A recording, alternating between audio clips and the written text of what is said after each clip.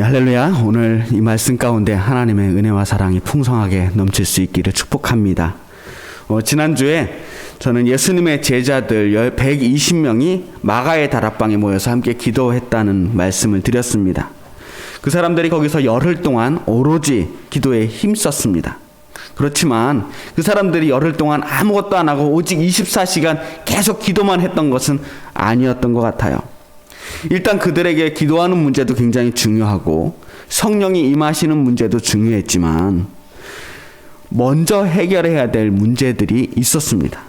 그 중에 첫 번째가 바로 오늘 우리가 다루게 될 이 가롯 유다에 대한 문제였어요. 예수님을 배신한 이 가롯 유다에 대해서 매듭을 짓고 가야 되는 거였죠. 아무도 의심하지 못했던 이 가롯 유다가 예수님을 팔아넘긴 거예요. 이 사실은 그 당시에 모든 제자들과 남아있는 모든 사람들에게 큰 충격과 상처가 됐을 것입니다. 그래서 제자들이 함께 모여서 함께 기도하면서 지나간 일들을 되새기면서 예수님의 삶을 돌아볼 때 결국은 가롯 유다에 대한 질문을 하지 않을 수가 없었습니다. 도대체 가롯 유다는 왜 그랬을까? 왜 우리를 배신했을까? 성경은 마태복음과 사도행전에서만 유다의 배신에 대해서 기록하고 있습니다. 그런데 이 유다의 배신에 대한 이야기도 마태복음과 사도행전이 조금 엇갈리는 부분들이 있어요. 마태복음을 보면요, 유다가 예수를 대제사장들에게 은 30에 넘겨준 다음에 예수님이 유죄 판결을 받으신 것을 보고 마음이 찔립니다. 뉘우쳐요. 그래서 은 30 그 받은 돈을 대제사장들과 장로들이 모여있는 그곳에 돌려주려고 그랬는데 이 사람들이 안 받는 겁니다. 그러자 유다는 그 은 30을 성전에 던져놓고 가서 스스로 목을 메어 죽었다라고 기록하고 있습니다. 그러자 이 찜찜해진 대제사장들이 그 돈 은 30을 가지고 이거 어떻게 하면 좋을까 하다가 어느 토기장에 밭을 사서 그곳을 나그네들의 묘지로 사용하게 되었다는 거예요. 그래서 그 밭을 피밭이라고 부르게 되었다라고 기록하고 있습니다. 그런데 오늘 우리가 읽은 이 사도행전에는 아주 짧지만 이렇게 이야기하고 있어요. 가롯 유다가 예수님을 판 돈을 가지고 밭을 샀다는 거예요. 그런데 가롯 유다가 그곳에서 거꾸러지고 배가 터져서 창자가 쏟아져서 죽었다. 그래서 사람들은 그 땅을 피밭이라고 부르게 되었다라고 말합니다. 자, 이 두 가지 이야기를 하나로 묶어서 구성해 볼 수 있어요. 유다는 목을 매 죽은 거냐, 아니면 곤두박질해서 끔찍하게 죽은 거냐? 아니라는 거예요.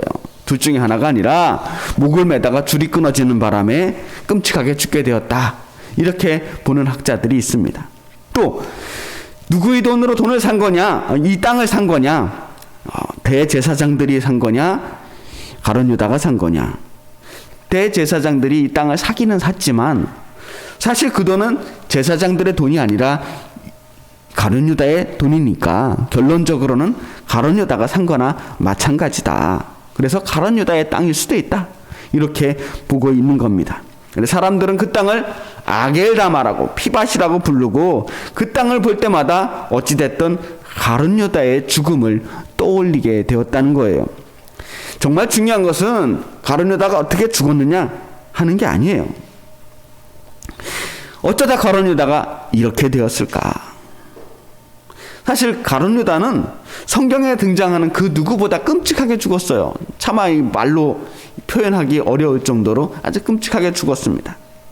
그리고 예수님을 배반한 제자라고 하는 이 낙인을 절대로 벗어버릴 수가 없습니다.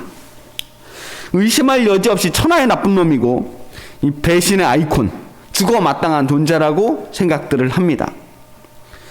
사실 가롯 유다라고 하는 이름은 원래는 그냥 유다라는 이름을 가지고 있는 거예요. 근데 이 유다라는 이름이 엄청 흔한 이름입니다. 너무 흔해서 그냥 유다 하면은 이 사방에서 뒤돌아보면서 쳐다보는 정도로 그렇게 흔한 이름이에요. 심지어 예수님 제자들 가운데도 유다가 또 있어요.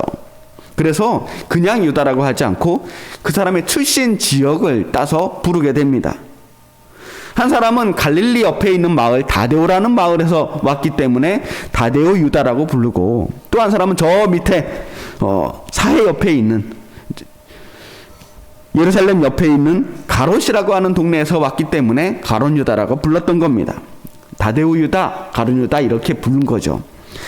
자, 이 가롯 출신의 유다는 다른 동네 다른 제자들과는 출신 지역이 좀 많이 달라요. 다른 예수님의 11제자들은 전부 다 갈릴리 지역 출신들입니다. 갈릴리 그 호수 주변에 있는 마을에서 부름을 받았어요. 그런데 가롯 유다만 저 밑에 있는 예루살렘 근방에 있는 마을 출신이라는 거예요. 이게 무슨 의미가 있느냐? 우리식으로 말하면 다른 제자들은 전부 다 시골 출신인데 가롯 유다만 서울 출신인 거예요. 아무래도 다른 제자들에 비해서는 교육받을 기회도 더 많았을 것이고, 그래서 그런지 셈도 빨랐을 겁니다. 갈릴리 밖을 벗어나 본 적이 없는 다른 그 시골뜨기 제자들과는 달리 저 남쪽 유대 지방에서 태어났지만 어떻게 하다가, 우리는 알 수 없지만 그 사람이 갈릴리 지역까지 흘러 들어가게 된 거잖아요. 이런저런 세상 경험도 다른 사람들보다 훨씬 많았을 거라는 거죠. 하긴 그랬으니까 이 세리 출신인 마태를 제쳐놓고 예수님 공동체의 회계를 맡을 정도로 인정받기도 하고, 또 그만큼 사람들에게 신망이 있는 그러한 제자였던 것 같습니다. 자, 이 가롯 유다라고 하는 말을 헬라어 성경에는 유다스 이스가리옷이라고 써 있어요. 가리옷 사람 유다라고 하는 뜻입니다. 근데 이 이스가리옷이라는 말에는 암살자, 가짜, 위선자 이런 뜻이 들어 있습니다. 아마 가롯 유다가 예수님의 제자로 하고 있을 그때부터 그렇게 가롯 유다라고 불렀지만, 사실 그때는 그런 암살자라든가 가짜 이런 의미를 가지고 부르진 않았을 거예요. 아무 죄도 없는 유다에게 처음부터 그런 별명을 붙였을 리는 없잖아요. 후세 사람들이 가롯 유다의 이미지가 너무 안 좋아지니까 아예 그 단어에 그런 뜻을 집어넣은 것은 아닐까 하는 생각도 해봅니다. 하여튼 중요한 것은 가롯 유다의 이름은 영원히 더러워져 버렸다라고 하는 거예요. 하지만 일부 사람들은 가롯 유다를 동정합니다. 알고 보면 가롯 유다도 불쌍한 사람이다. 가롯 유다를 변호하는 사람들의 몇 가지 논리가 있습니다. 첫 번째는 그것은 가롯 유다의 잘못이 아니다. 그것은 가롯 유다의 운명 때문이었다라고 말하는 거예요. 예수님께서 가롯 유다의 배신을 미리 경고하고 예언해 주셨잖아요. 너 나를 배신하게 될 거야 라고 말씀하셨다는 거예요. 그래서 유다는 이미 태어날 때부터 예수님을 배신할 운명을 가지고 태어난 존재다. 그래서 예수님이 유다에게 너는 차라리 태어나지 않았으면 좋았겠구나 라고 말씀하셨다는 거예요. 태어날 때부터 배신의 운명을 가지고 태어난 사람, 이거 너무 불쌍한 거 아닙니까? 예수님 십자가를 지셔야 하는데 누군가는 배신할 제자가 필요했다. 그래서 선택된 게 가롯 유다였다. 아무리 생각해도 좀 찜찜해요. 그래도 예수님이 부르신 제자인데, 예수님은 유다를 부르실 때 배신할 기회를 주기 위해서 배신하라고 부르신 게 되잖아요. 이거 너무 잔인한 선택 아닙니까? 이런 논리들은 그동안 우리가 믿어왔던 이 복음의 본질과는 좀 다른 것 같아요. 우리가 알고 있는 하나님 이런 하나님 아니거든요. 이런 극단적인 예정설은 기독교 신앙에서 벗어나는 겁니다. 이건 운명론이거든요. 사람은 누구나 태어날 때부터 다 운명을 가지고 태어났다. 팔자를 가지고 태어났다라는 거예요. 죄 지을 사람은 무슨 짓을 해도 죄를 짓게 되어 있고, 성공할 사람들은 무슨 일을 해도 성공하게 되어 있다는 거. 이거 굉장히 위험한 신앙이거든요. 이거는 기독교적인 신앙이 아닙니다. 예수님은 배신자가 필요해서 유다를 부르신 게 아니에요. 분명히 가롯 유다를 당신의 제자로, 주님의 일을 하기 위한 아름다운 제자로 부르셨다는 거예요. 예수님께서 가룟 유다의 배신을 예언하셨지만 그것은 가룟 유다가 그 예언 때문에 어쩔 수 없이 배신한 것도 아닙니다. 그것은 철저하게 유다의 선택이었어요. 누구도 유다에게 배신을 강요하지 않았습니다. 잘 보면 예수님께서 유다가 배신할 것을 예언하는 것도 생각해보면 넌 배신할 운명이야. 넌 날 배신할 수밖에 없으니 어서 그 계획 진행하라고 라고 말씀하신 게 아니라요. 하지 말라는 얘기예요. 너 계획 내가 알고 있어. 지금 머릿속에 있는 그 생각, 그 나쁜 생각 내가 알고 있으니 지금이라도 늦지 않았어. 멈추라는 거예요. 마치 선지자들이 이스라엘 백성들을 향해서 너희들 이러면 멸망한다. 너희들 이러면 심판받게 된다. 계속 이렇게 우상 숭배하고 하나님을 멀리하게 되면 결국 하나님께서 이 나라를 심판할 것이다라고 경고하잖아요. 그게 정말 심판하려고 경고하는 게 아니라 그렇게 하지 말라는 거거든요. 계속 이러면 멸망하니까.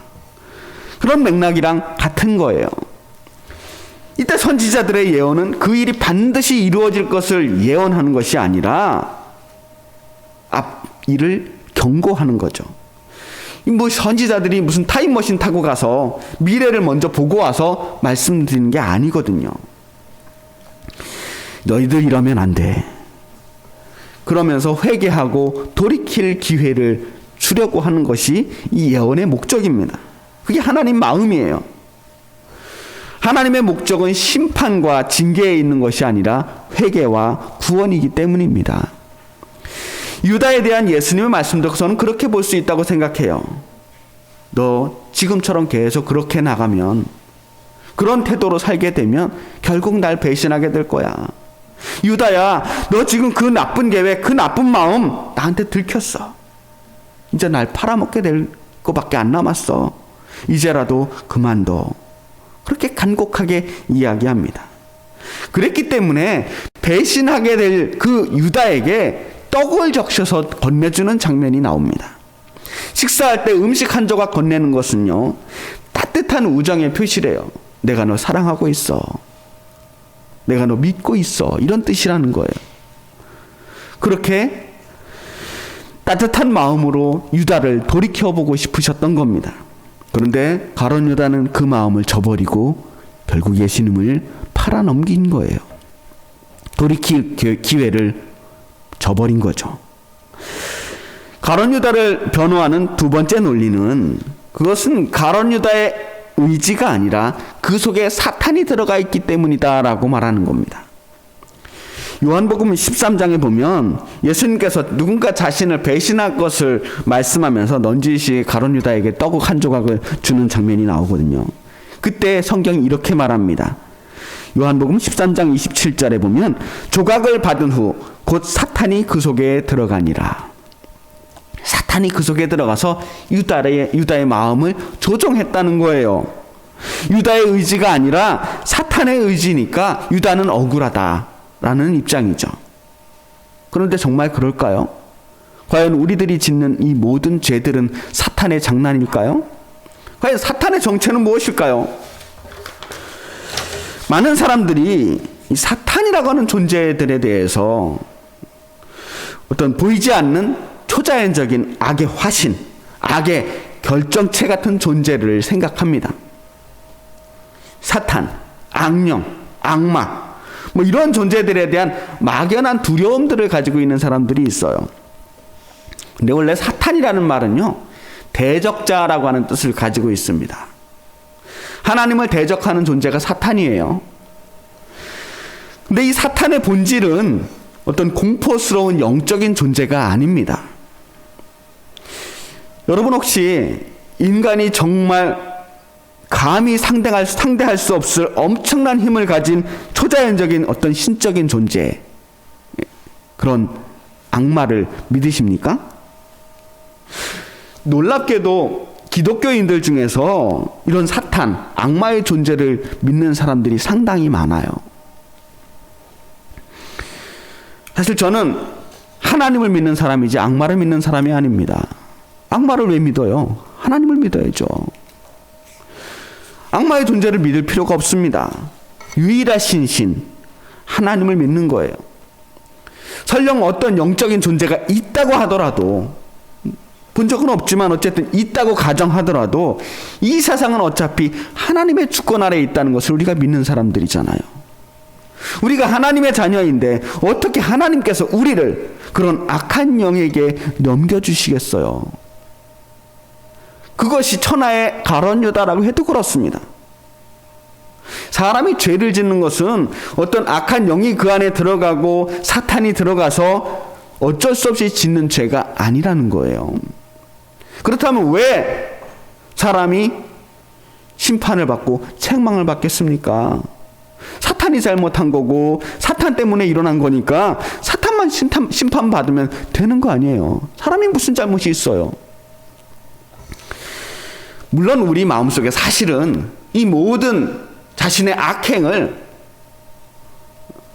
사탄에게 돌리고 싶은 마음이 숨어 있는지도 모릅니다.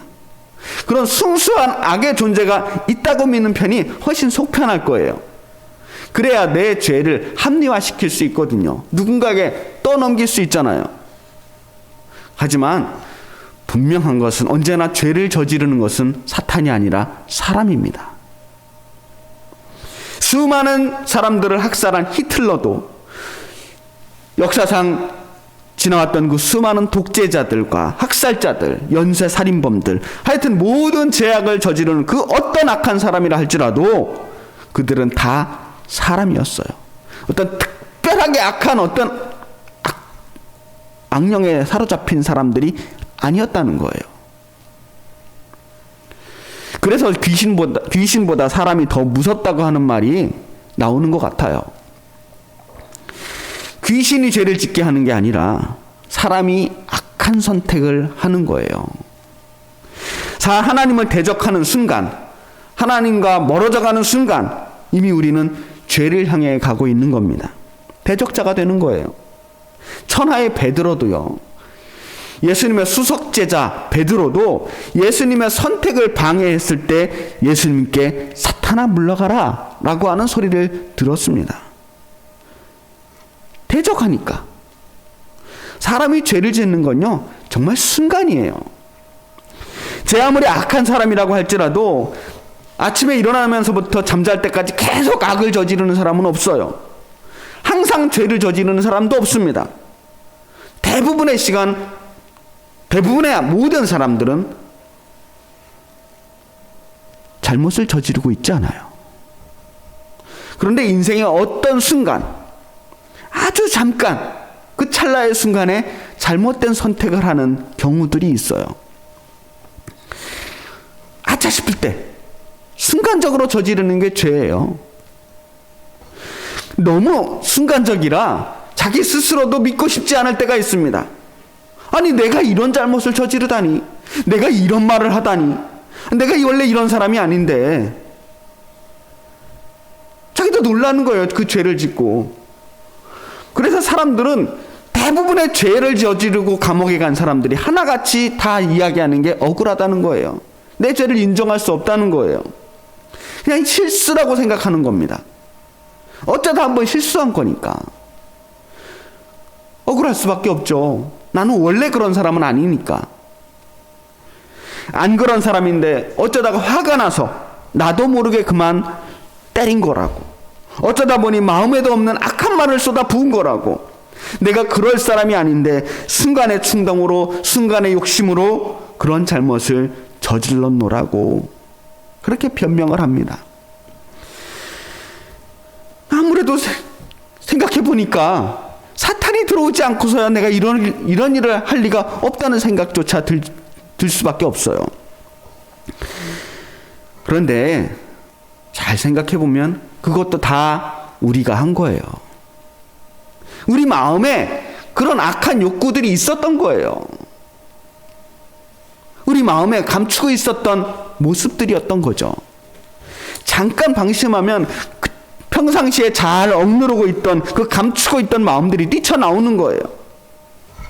그런 말 많이 하잖아요. 아니, 그 사람 원래 안 그런 사람인데 술만 먹으면 그래. 아니에요. 술이 무슨 죄가 있어요. 그냥 그 사람이 그런 사람인 거예요. 술을 먹어서 더 이상 자제력을 잃어버려서 원래 그런 사람이었던 그 본성이 더 이상 억눌러지지 못하고 뛰쳐나온 것뿐입니다. 술이 그 사람의 진짜 모습을 보여준 것뿐이에요. 그래서 누가는 유다의 배신을 불의라고 말합니다. 오늘 본문 18절에 보면 이 사람이 불의의 삭스로 밭을 샀다고 말합니다. 불의의 삭스로. 이 사람 불의를 저질렀다는 거예요. 아무리 그런 예언이 있고 사탄이 들어갔다 할지라도 결국 그런 행동을 선택한 것은 악한 행동이고 범죄고 불의예요. 불의. 어떤 핑계도 통하지 않습니다. 하나님께서는 우리의 마음을 조정하지 않아요. 사탄도 우리를 조정하지 않습니다. 누구도 우리의 선택을 바꾸진 않아요. 결국 마지막에는 우리가 선택하는 거예요. 그렇다면 죄란 무엇인가? 하나님의 선택과 다른 선택을 하는 게 죄예요. 아담과 하와가 선악과를 따먹었을 때 이 죄의 핵심은 그들이 어떤 과일을 따먹었느냐가 아니에요.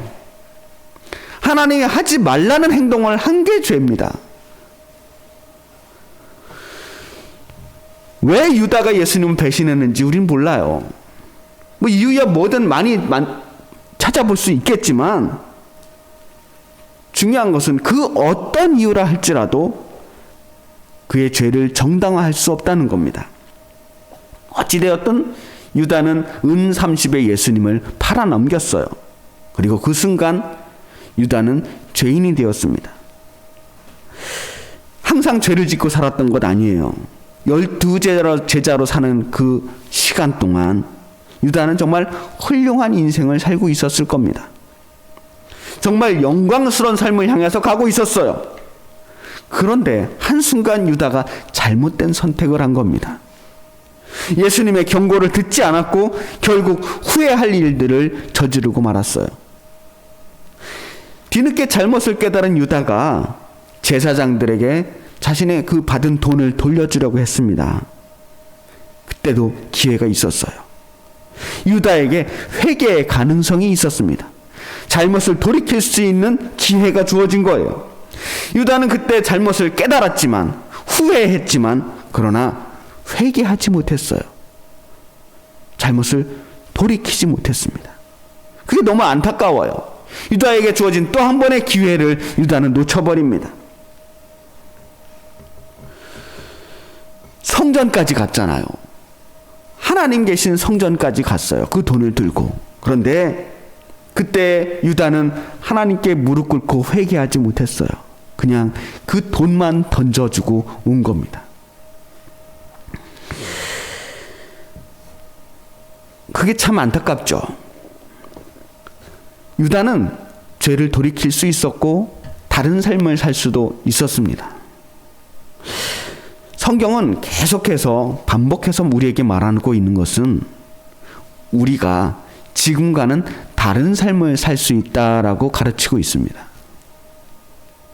스데반을 죽이고 수많은 성도들을 핍박했던 그 모든 일들을 자랑 삼아 행했던 사울은 예수님을 만난 후에 다른 삶을 살게 됩니다. 인생의 방향을 바로잡는 거예요. 내가 잘못된 길로 가고 있었을 때 돌이켜 하나님을 향해서 방향을 다시 잡는 거죠. 우리에게 원죄가 있다면 그것은 아담의 죄로부터 계속해서 부모의 부모로 이어진다는 뜻이 아닙니다. 부모의 죄가 자식에게로 물려지는 경우는 없어요. 그저 아담 이후로 모든 인간이 하나같이 가지고 있는 그 죄의 본성이 있다. 죄를 향한 편향성, 죄로 치우쳐가는 인간의 어떤 본성들이 있다는 거예요. 우리가 욕심을 따르는 속성들을 가지고 있잖아요. 우리는 끊임없이 하나님의 뜻보다는 내 생각대로 살고 싶은 마음들이 있어요. 하나님의 나라보다는 나의 안락한 삶을 먼저 이루고 싶어하는 마음들이 있습니다. 정신 놓고 아무렇게나 아무 생각 없이 그냥 살다 보면 나도 모르게 자꾸 하나님으로부터 멀어지고 정의로부터 멀어지고 불의로 살아가는 모습들을 보게 되는 거예요.